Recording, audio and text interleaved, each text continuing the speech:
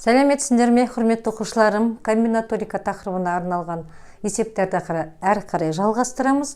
Өткен сабақтарда мен комбинаторика, орналастыру, теру, алмастыруларға ерекше тоқталып түсіндірдім, теорияны толық айттым теориясын, және орналастыру мен алмастыруға есептер шығардық. Бүгін енді терулерге арналған есептерден көрсететін боламын. Тақтада бізде терудің формуласы тұр. Номер 9-да екінші есептің екіншісінен бастайық. 10 раушан гүлдің 3-еуін және 7 қалампырдың 4-еуін таңдау тәсілінің санын табыңдар дейді. Неке біз былай жасаймыз мына жерде? С 10-нан 3 және С 7-ден 4. 7-ден 4 теру жасаймыз, 10-нан 3 теру жасаймыз, және 2 теруді көбейтеміз. Неге көбейтеміз? Өткен сабақта мен теорияда қосу ережесі және көбейту ережесінде осыны түсіндіргенмін. Қай кезде көбейтілетін, қай кезде қосылатын. Ал қазір формуламен жазайық. Бөлшек бізде 10. N-нің К3-нің орнында тұр ғой.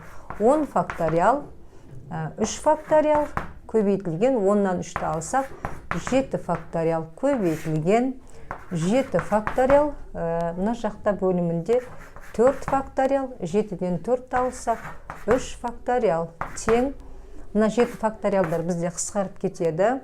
10 факториалды мен былай жазайын. 4 факториал, 5 көбейту 6 көбейту 7 көбейту 8 көбейту 9 көбейту 10 бөлімінде 3 факториал. Мына тағы да 3 факториал бар ғой, соларды ашып жазайын. 2 көбейту 3, 2 көбейту 3 деп. Сол кезде менде 4 факториалдар қысқарып кетеді.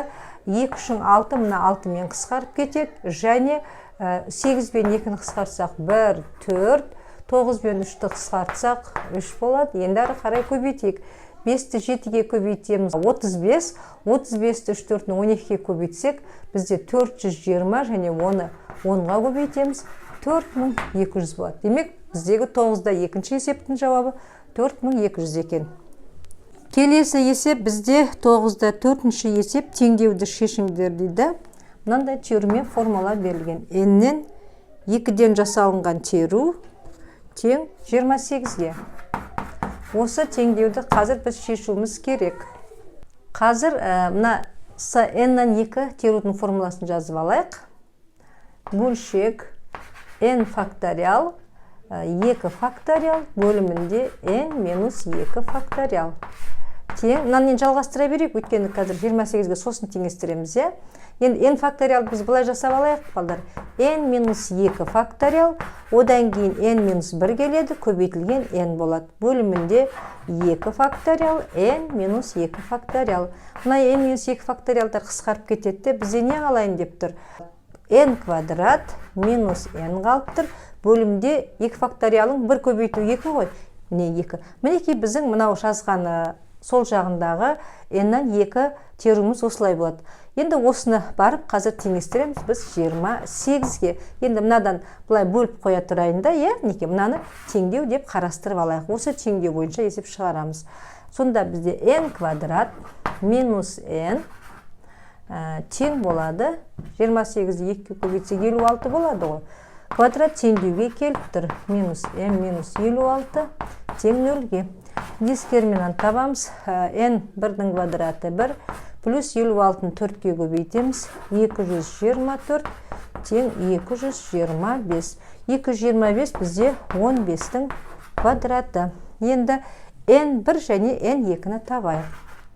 n1 тең болады бізде. Минус 1-ге плюс 1 болады. Плюс 1 плюс 15 бөлу 2. Тең 8-ге. Енді біз терісін алмаймыз ғой. Сондықтан бізде жауабы n тең 8-ге деп айтамыз. Келесі есеп 9-да 5. Асхана мәзірінде 7 түрлі сұйық тағам дейді. Яғни 7 түрлі сұйық тағаммен лапша болуы мүмкін, борщ болуы мүмкін, лагман болуы мүмкін, яғни сұйық тамақ деп отыр. Оның түрі 7. 9 түрлі қою тағам, яғни палау болуы мүмкін, енді рашки көп жейтін тамағымыздың бірі. Тағы сондай түр. 4 түрлі сусын дейді. Компот, шай, кофе сияқты 4 түрлі. Әрқайсының үш түрлі зат өзі. Заттың атауы үшеу, бірақ түрлері әрқайсысы. Сұйықтық первый тамақтың түрі 7, қою тамақ 9. Енді осылардан дейді, сұйықтық тамақтан, қою тамақ және сусыннан тұратын түскі астың қанша тәсілмен табуға болады дейді. Ол да өзіміздің бұрынғы білетін жаңағы қосу ережесін салсақ, ешқандай қиындық жоқ. Тек түрлерінің санын көбейте қоямыз. Бізде 7 жаңағы сұйықтық тамақ. Одан кейін 9 не тамақ бар бізде? Көбейтеміз. 4, мінекей осы 4. Сонда бізде шығады 252 деген сөз. Немесе былай айтсақ та болады, балдар. С7-де 1, яғни 7 түрінен біреуін алып тұрмыз ғой. Көбейтеміз, 9 түрден де біреуін алып тұрмыз, және 4 түрден де біреуін алып тұрмыз. Формуламен орындарына қойсаңдар да, осы бізде 252 саны шығады. Келесі шығаратын есебіміз, балар, С деңгейдегі 9-да 6-шы есеп, теңдеуді шешу, мінекей 2 терудің бөліндісінен шыққан сан, өрнек 3-тен 5-ге тең, сол енді табуға арналған есеп. Теңдіктің сол жағын көшіріп жазып, енді әрқайсысына жеке-жеке формуласын орнына қояйық. Бөлшек 2n плюс 1 факториал алымында, бөлімінде n минус 1 факториал, 2n плюс 1-ден азайтамыз, n минус 1-ді. Сол кезде таңбалары қарама қарсыға өзгереді. Мінекей біз бірінші терудің формуласын жаздық. Бөлу, екінші теру бізде 2n факториал, бөлімінде n плюс 1 факториал және 2n минус n минус 1. Әрі қарай тең бөлшек. Енді мына жерде алымындағы 2n плюс 1-ның өзін жазып қоя тұрайық, әзірге. 2n плюс 1 өзін жазып алайық, бөлімінде ақшамдап алайық. n минус 1 факториал, жақшаның 2-нен 1 n алсақ, бізде n қалады ғой, n плюс 2 болайын деп тұр. n плюс 2 факториал бөлу 2n факториал, бөлімінде n плюс 1 факториал, 2n-нан n-ді алсақ, n қалады, минус 1 факториал, неке болды. Тең. Енді мына екі бөлшекті бір бөлшек етіп, бөлшекті бөлшекке бөлу ережесі ғой. Сол бойынша қазір реттеп жазайық.